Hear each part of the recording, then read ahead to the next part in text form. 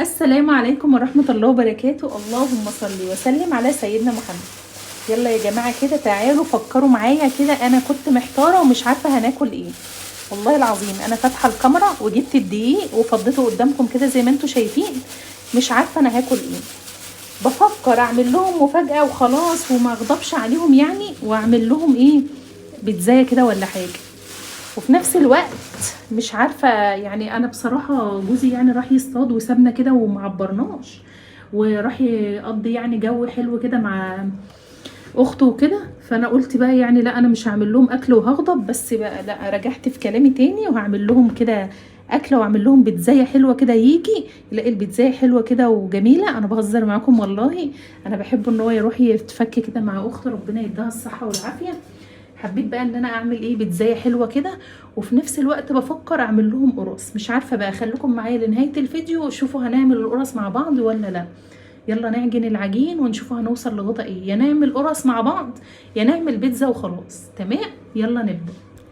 قبل اي شيء بقى يلا نقول الدعاء بتاعنا الجميل. اللهم صل وسلم على سيدنا محمد، صلاة تحسن به الاخلاق وتيسر به الارزاق وتدفع به المشاق وتملأ منها الافاق، وعلى اله وصحبه وسلم، صلاة دائمة من الدنيا الى يوم الطلاق وسترا بين يديك يا عزيزة يا خلاق. صلوا بقى على الحبيب النبي، وما ننسوش اهالي غزة، ربنا ينصرهم يا رب ويصبرهم على الابتلاء العظيم اللي هم فيه. يلا نبدأ الفيديو. نعمل النهارده بقى بجد بجد، كنت فاتحه معاكم كاميرا ومش عارفه انا هعمل ايه. لقيت حبه عجينه عندي كده، رحت حاطه زي ما انتوا شفتوا في اول ما حطيت كده على الدقيق، حطيت سكر وملح وخميره وعجنت كده العجين ده. انا اصلا ما كانش في دماغي خالص ان انا اعمل لهم يعني الاكله دي نهائي يعني. انا كنت حاطه في دماغي ان انا اعمل لهم اكله محتبره كده، بس للاسف كان داخل عليا دور برد.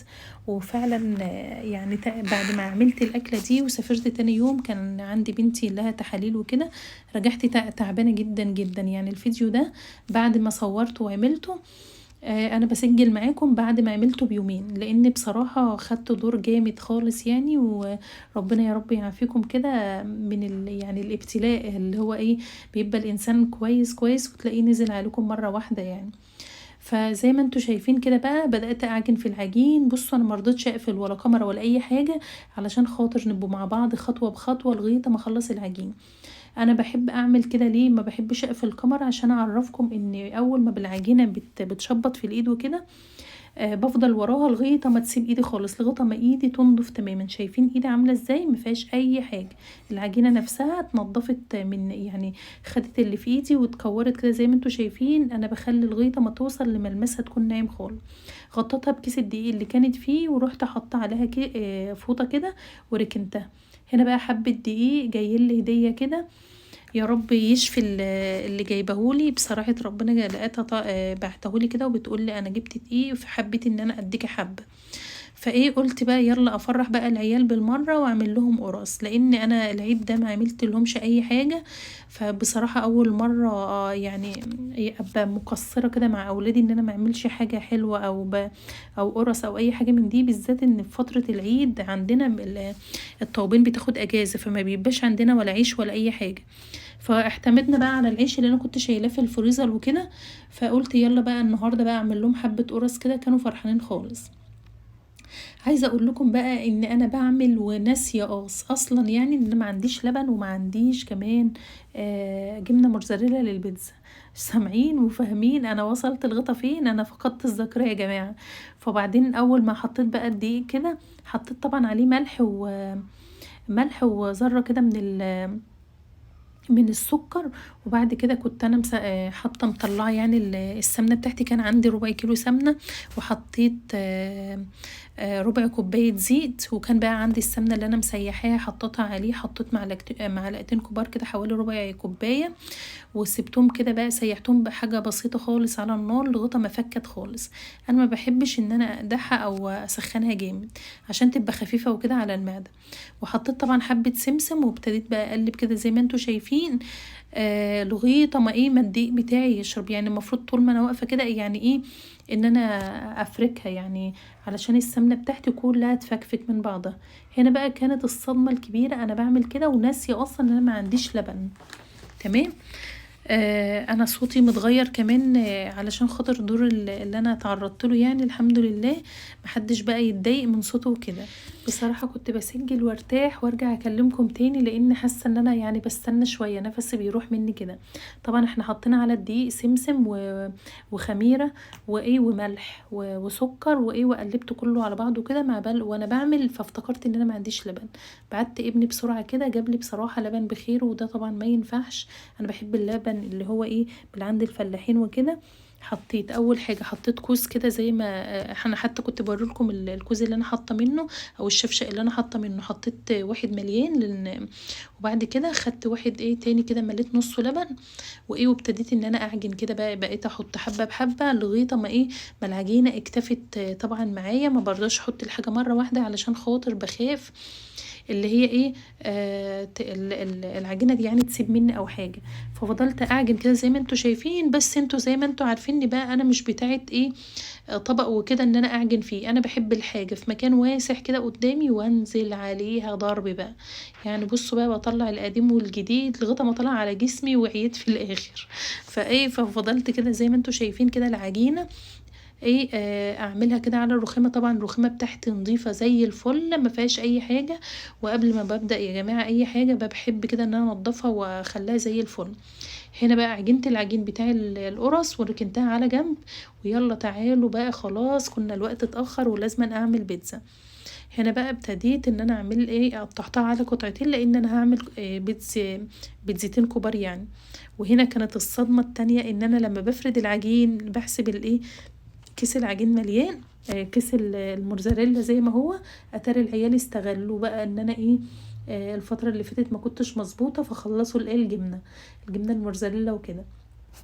بالهنا والشفا يا رب على قلبهم. بس انا يعني كنت معتمدة ان انا عندي كيس وكده، بس ايه ما لقيتش. فبقى الحمد لله بفضل من ربنا ان انا كان في الوقت ده عندي ابني يعني بينزل يجيب لي، انما لو غير كده كانت كل حاجة طبعا هتقف، لان انا مش متعودة يعني ان انا ايه كل حاجة انزل انا اجيبها. انا بنزل يوم بس في الاسبوع وما بقدرش انزل اكتر من كده. ادعوا بقى ان ربنا يشفيني ويعافيني ويهدي لي ابني، اللهم امين يا رب العالمين. ابتديت بقى ان انا افرد كده العجينه. عايزه اقول لكم والله العظيم مش عشان انا عاملاها، انا فعلا فعلا عملت احلى بيتزتين بفضل من ربنا. حلوه جدا جدا، والاولاد اهم حاجه عندي ان هي اتبسطت خالص من ايه من البيتزا بتاعتي. ابتديت كده ان انا افردها، عملتها مدوره كده زي ما انتوا شايفين. هبدا بقى ان انا احط عليها الصلصه بتاعتي. الصلصه بتاعتي دي عاملاها في البيت. بحمر كده ايه معلقه كبيره من الثوم، وبعد كده بحط عليها خل، واحط عليها ملحها المناسب، وحبه ايه بهارات كده للبيتزا تمام. وبعد كده بسيبها بس تتسبك على النار وخلاص. بفردها بقى كده فوق البيتزاية. عايزة اقول لكم بتخلي البيتزا في حتة تانية خالص. بفرد كده كل وشها. فالحمد لله عملتها. والباقي كمان لو تفضل مني من الصلصة دي ولا حاجة، بحب قوي ان انا اشيلها في برطمانات وايه واستخدمها في اي وقت. بس النوبة دي كنت عاملة يدوبك على قد الايه البيتزا بتاعتي بالظبط. هفرد بقى البيتزاية التانية، ودي تاني بيتزاية وما شاء الله حلوة جدا. بفرد بس حبة زيت في الصاج، وبعد كده بفرد العجينة بتاعتي. بتتفرد معايا بكل سهولة لانها خدت وقتها في التخمير، وفي نفس الوقت خدت وقتها في العجين ان انا عجنتها بطريقة حلوة وجميلة كده. وخليت ملمس العجين بتاعي ناعم جدا ولا مخرز ولا اي حاجة، فعشان كده العجينة بتبقى مرتاحة معايا وبتتفرد بكل سهولة. والسمك بتاعها كمان ما بيبقاش رفيع قوي علشان خاطر ما تقرمش. لو انتوا عايزين تقرمش يعني رفعوها جامد ونشوفها في الايه في الفرن. بس احنا عيالي بتحبها يعني ايه ما تبقاش ولا ناشفه ولا طريق ولا يعني منفوخه جامد. انا بحب اعملها بنفس طريقه الايه البيتزا بالظبط اللي احنا بنشتريها من بره. وهدهن برضو وشها كده زي ما انتوا شايفين بالصلصه بتاعت التحفه الجميله. وخلاص كده هبدأ بقى. كان عندي بقى كده ايه ربع صدق شوحته كده على النار ورحت حطاه. يا ولاد هاتوا الفلفل، مفيش الا فلفلايه واحده يا ماما. هاتوا الجبنه الموزاريلا، مفيش الا الحته دي بس يا ماما. فعايزه اقول لكم في كل يعني ايه كنت مصدومه يعني بعمل بيتزا من غير بيتزا من غير جبنه موزاريلا اللي هي اهم حاجه.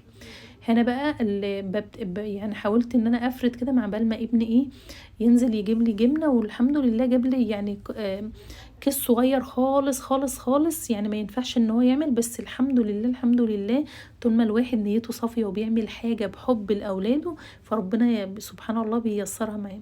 انا بقى قرن الفلفل، اخر قرن فلفل كده موجود في التلاجة، قطعته كده وعملته. احنا كنا اخر الاسبوع، فانا مفروض بقى ان انا كنت انزل السوق، حتى السوق ده كمان ما نزلتش علشان كنت مسافرة اسكندرية بعمل تحاليل بنتي وكده. فجوزي بقى هو اللي جاب لي اي حاجات، يعني اي كلام كده نعيشه بقى الاسبوع ده لغايه ان شاء الله ما يجي يوم السبت اللي جاي وبنزل باذن الله. هنا بقى كان عندي لحمه كده مع الصداع على النار، قلت بقى يعني اعملها كده على وش البيتزايه.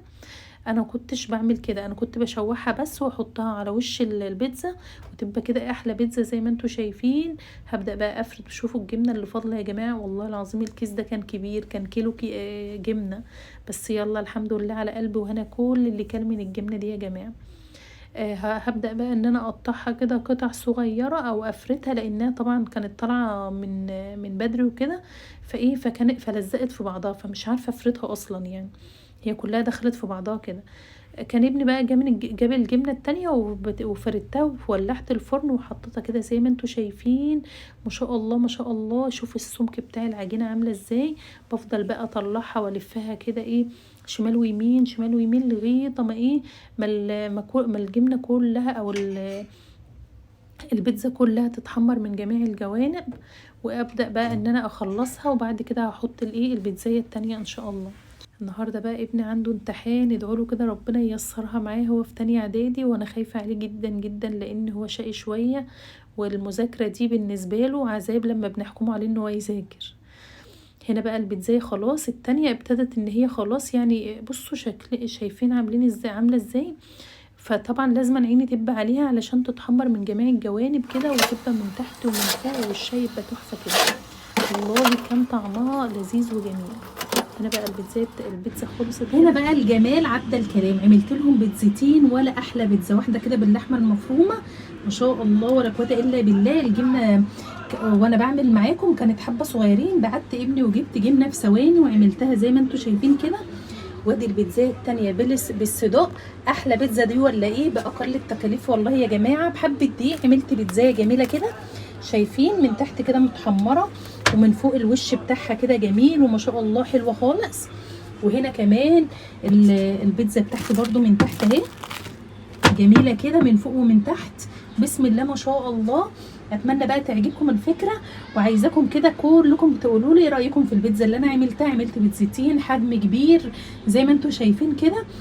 طبعا لو احنا اشترينا من المحل هتبقى يعني بمبلغ، لكن انا عاملاها في بيتي وحاجات كده موجوده في البيت ما شاء الله ولا قوه الا بالله. من حبه صدق وحبه لحمه مفرومه عملت بيتزتين بنوعين ما شاء الله زي ما انتم شايفين كده. يلا هناكل بقى، وبعد كده هرجع لكم تاني عشان نعمل مع بعض القرص، وهتبقى احلى قرص باذن الله. انا عجنتها وسبتها كده مع بال ما ناكل. يلا بقى انا عايزاكم بقى اللي يوصل لغطا البيتزا يعمل لي لايك يا جماعه، لايك اهم حاجه، اللايك وشير كده. خلاص كده خلصت البيتزا، هنروح بقى ناكل كده واظبط دماغي. وكنت بصراحه تعبت خالص، خدت حبايتين كده ورحت بقى اكمل بقيه المشقه التانية. هنا كان ابني ربنا يهديه يا رب ويصلح حاله، ابني الكبير كنت بقرص له كده، وهو صراحه بيفرد لي ويتني كده، بيديها لي كده مقسومه 2 يعني، بيفردها مدوره وبعد كده بيتنيها فوق بعضها ويديها لي. يا دوبك بفرد كده وبقطع على طول. بصراحه وفر عليا كتير كتير خالص، لان كنت شايله همها، لاني انا كان بقى زي ما قلت لكم داخل عليا دور برد، او كنت تعبانه شويه ربنا يعافيكم. فما كنتش قادره، واخده حبيتين، وكنت قبلها واخده ابرتين، ما كنتش مظبطه خالص. فلقيته بقول له يعني تساعدني، فوافق ان هو يساعدني ربنا يهديه. فالحمد لله هو يا دوبك يفرد كده ويتنهولي ويديني، بس يا دوبك افرد بس بالنشابه او بتاع الخشب اللي في ايدي دي، بفرد يا دوبك كده واقطع كده بالقطاعه وافرد معايا على الصينيه.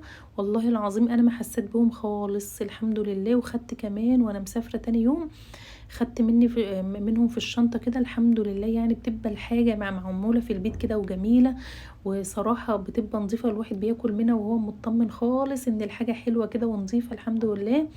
هبدأ بقى اخلص كل الكمية زي ما انتوا شايفين كده بنفس الطريقة دي، وهوريكم كمان ابني كده وهو بيساعدني ربنا يهديه ويصلح حاله. والله يا جماعة الحمد لله بفضل من ربنا يعني. الواحد كده ساعات بيحس ان هو بيبقى لوحده، ولما بيلاقي حد من اولاده بيساعده او حاسس بيه بتبقى يعني احساس جميل جدا. ممكن الواحد اصلا لو حالته النفسية وحشة ولا اي حاجة بتتصلح، فربنا يهدي الجميع ويهدي اولادنا اللهم امين. هنا ابن هوت كان بيفرد لي كده، حبيت اوريكم بيعملهولي ازاي عشان نبقوا مع بعض خطوة بخطوة. بيفرد لي وبعد كده بيتني ويديهالي، فبقى ايه انا بفرد فردة بسيطة خالص واقطعها كده، لاني بصراحة دراعي مش قادرة ان انا اعمل باي حاجة.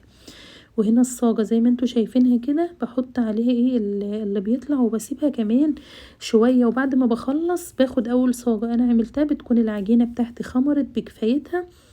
بالذات النهاردة كان اليوم حر شوية، فالعجينة خمرت معايا بسرعة وخلص كل حاجة الحمد لله بفضل من ربنا. وكل حاجة كده زي ما انتوا شايفين ما شاء الله ولا قوة الا بالله. العجينة خلصت معايا وحلوة خالص يعني، واستوت معايا بسرعة. هو المشكلة بقى في الفرن بتاعي، الفرن بتاعي دوخني شوية علشان الأنبوبة كانت خلصت خلاص فدوختني يعني. فكنت كل شوية كده ابني الصغير كل شوية يروح يلفها لي او يرجها يعني علشان الغاز بتاعي يتعدل تاني، وبعد كده تطفي ويهزها يعني. كان مشقة بصراحة.